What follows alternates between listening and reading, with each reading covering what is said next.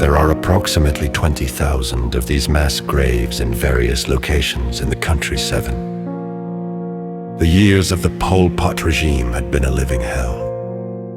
The people who endured it survived on a ladle of watery rice gruel a day and were subjected to forced labor for most of their waking hours.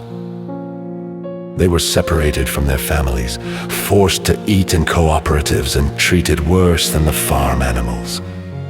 Life under the Khmer Rouge was lived in constant terror of being reported for even minor acts, such as taking a coconut from a tree or allowing cattle to graze in the wrong field.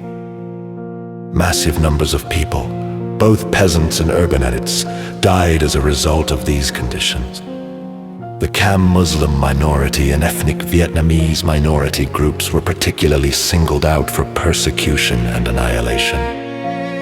And the urbanites certainly suffered harder work and greater suspicion than did the peasants.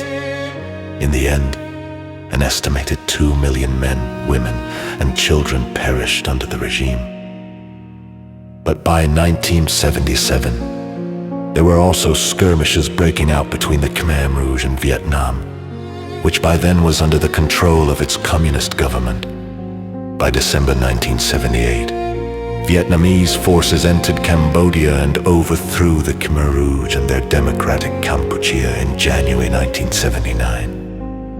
In its place, they installed a new Vietnam-friendly government, the People's Republic of Kampuchea. Khmer Rouge leaders and many of their followers fled to the Thai border, where they sought refuge and continued their fight against the Vietnam-backed PRK.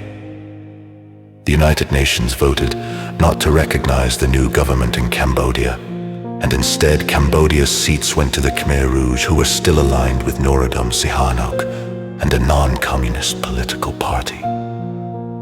In the early years after the fall of democratic Kampuchea, the people of Cambodia were starving, traumatized, and scattered across the country. Some had escaped the regime earlier and were now in refugee camps in Thailand, and the Philippines. Families were separated and often had no idea whether their sisters, brothers, parents, or spouses were alive or dead.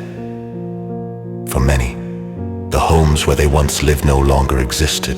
The country's infrastructure was in ruins, and the once beautiful capital was an urban wasteland of blackened and bombed buildings not fit for habitation. In 1979, Pol Pot, the leader of the Khmer Rouge, and Ieng Sary, a member of his inner circle, were tried in absentia by the PRK government for their crimes during democratic Kampuchea. They were found guilty of genocide, but there were no sentences given.